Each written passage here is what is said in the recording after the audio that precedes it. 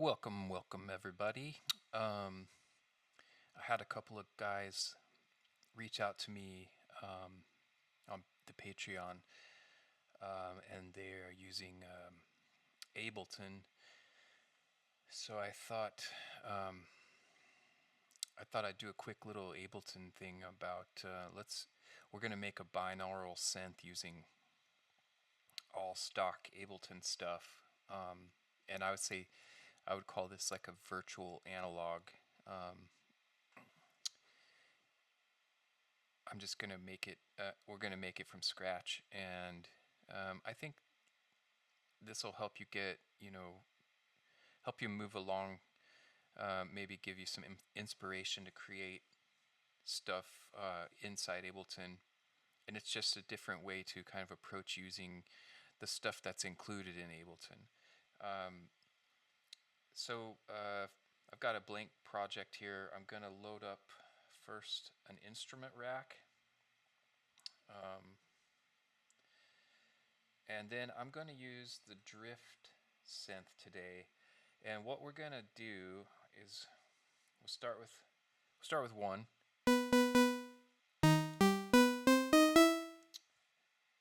And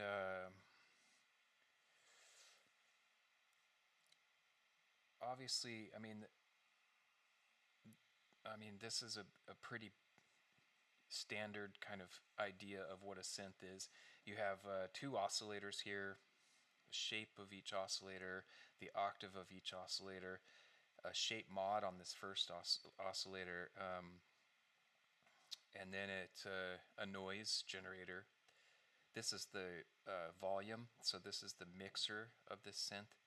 And then, so the oscillators go into the mixer, and from there they travel into the filter. And then you have two envelopes here: attack, decay, sustain, and release. You have an LFO built into the synth, and then over here is your basic kind of global parameters. So we've got this set to poly. This is just how it fires up as a default. It's polyphonic, meaning you can play chords. It can handle 32 voices right now. Not that we don't probably need that, but why not? The drift control is sort of mimicking behavior of analog oscillators. So a real analog synthesizer tends to, they're never quite perfectly in tune or anything. They kind of drift in and out of being in tune, and that's one of the things that gives analog synthesizers such a live they feel like they're alive. And it works on this okay, but we're gonna take it up a notch even from this. And this is just when I say binaural, I'm not talking about just stereo. I'm talking about true binaural synths, like my Prophet is binaural. It's a Prophet Rev 2, and it allows you to, it basically sends out completely different. It's not just copying the left channel to the right and spreading that out in a stereo field. It's actually generating the sound independently coming from the left and the right. So the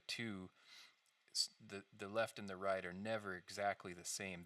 They're always just a little bit off because of that analog drift, and that gives this sense of depth.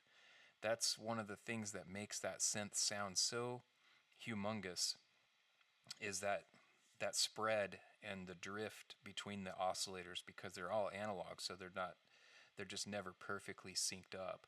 And we're going to sort of recreate that here using this drift synth. And follow along if you want. This is just, I'm going to make this up as I go along.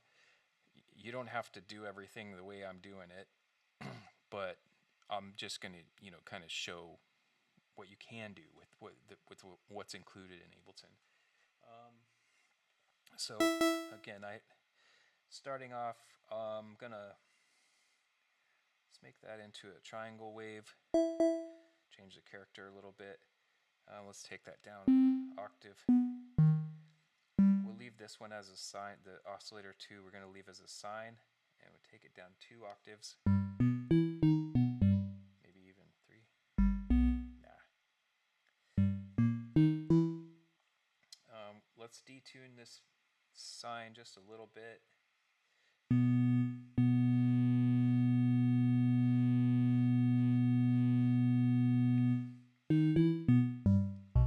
Okay, filter, you have 2 different types of filter here. I'm going to leave it on filter type 1.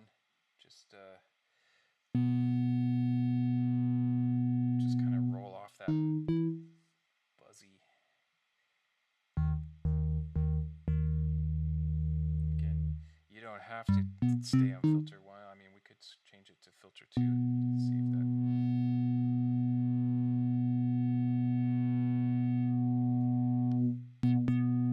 Yeah, I like filter 1 better.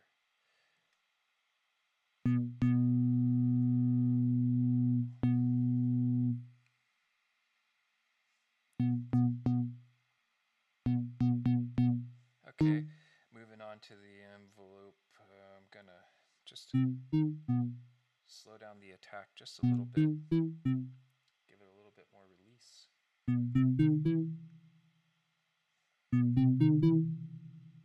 bring down the level of sustain.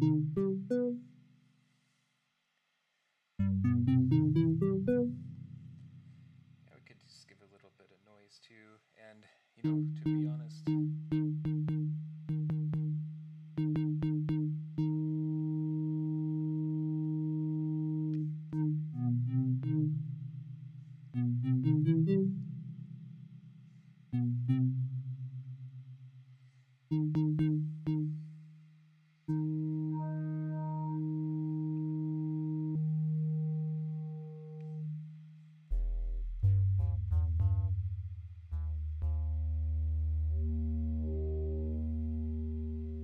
this shape mod just sort of moves the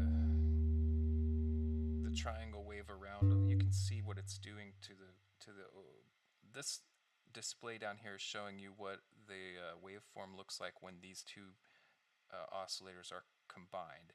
And as I move the shape mod,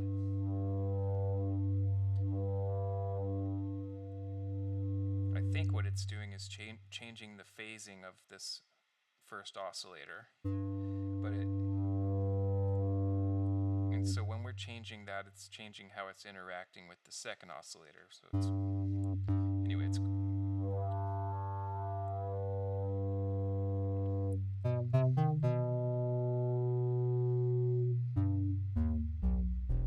okay. All right, so this is just the basic beginning here of what we're doing. I'm opening up the instrument rack, and you can see now we have 1 instance of drift and a basic sound there. So I'm going to right click here and duplicate this drift, and then I'm going to take drift 1 and pan it all the way to the left, and I'll take drift 2 and pan it all the way to the right. Now we have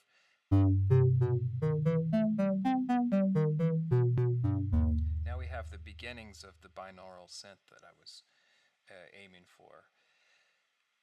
Now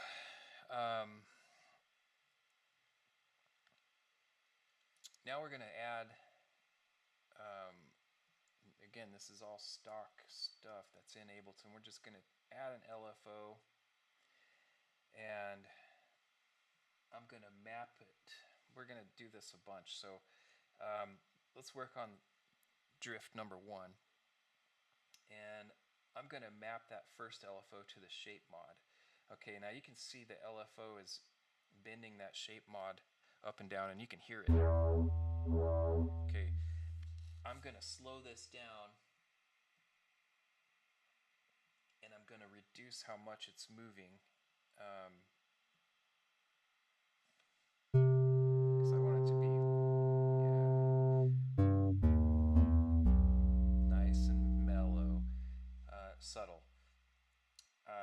take another one and let's map it.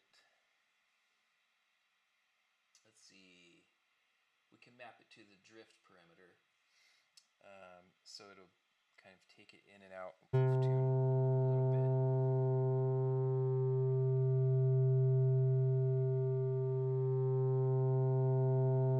Again, nice and subtle.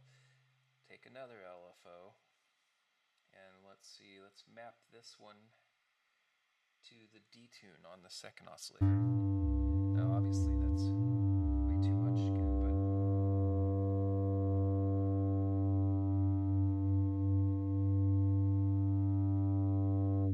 how about one more? And this is all on the first drift, so let's take that, map it. Let's make it map to the noise oscillator. Okay, let's mellow that out.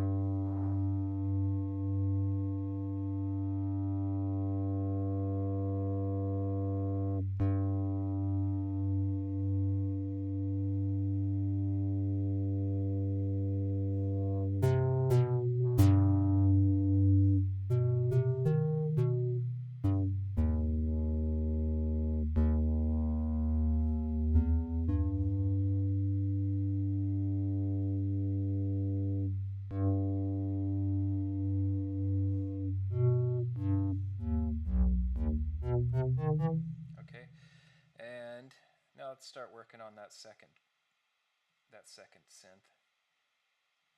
Add another LFO. Let's map again. Let's map it to the shape mod again, and let's mellow that out again.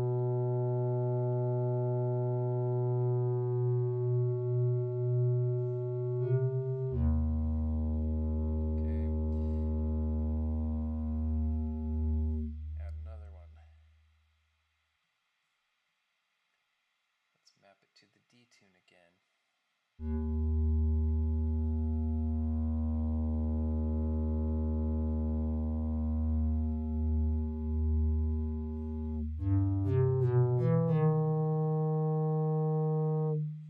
Okay, another one.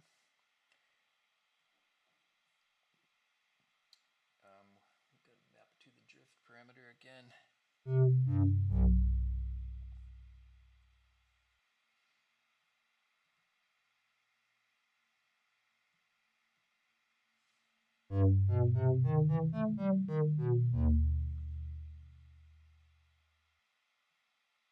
Okay, I think I'm going to leave the, I mean, we could do it on the noise, I suppose. Let's just keep it all kind of uniform, I suppose. One more LFO, let's map it to the noise oscillator mixer position.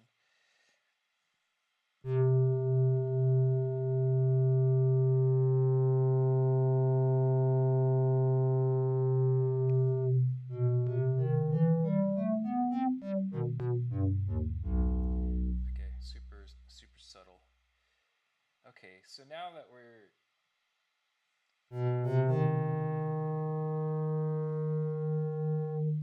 moving along here, if I want to change the basic character of the synth, I have to adjust both of these drifts.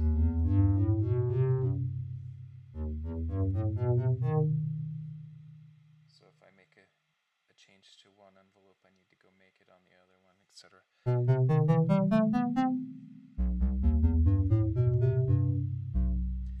Okay, so that's kind of coming to life here.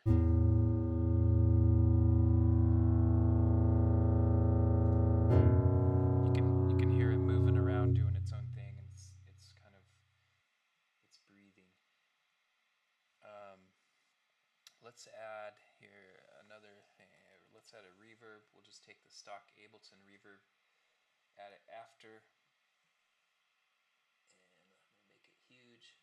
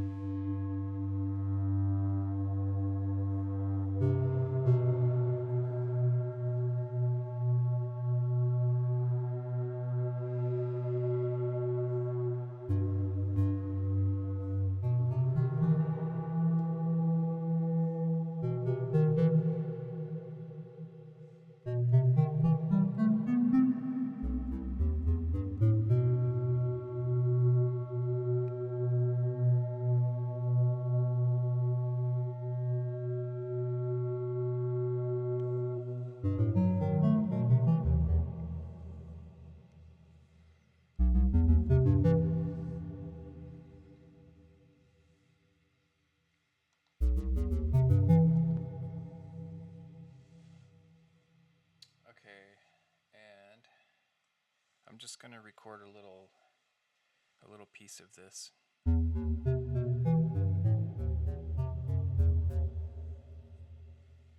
Actually,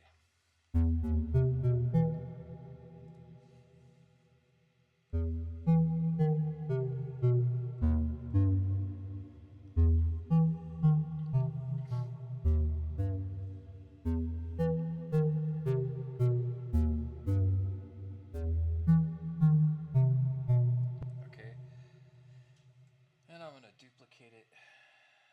We'll just copy that track. We're going to have the whole synth that we just created is going to be duplicated. I'm going to get rid of that MIDI, but let's go into this second. Let me change the color of that so you can tell which one I'm working on. Make this one more of a slow attack and a longer release. So be more.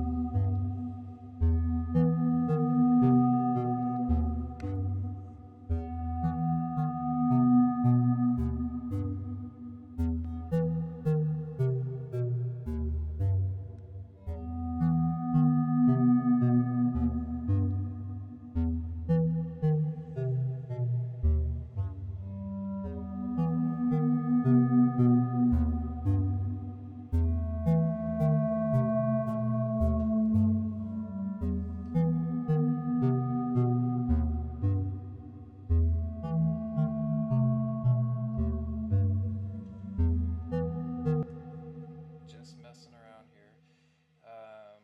Let's make another one. This is just, so I don't have to start from scratch to make this synth again and again, but, I just keep copying it and then make some slight changes to it and use it in a different way.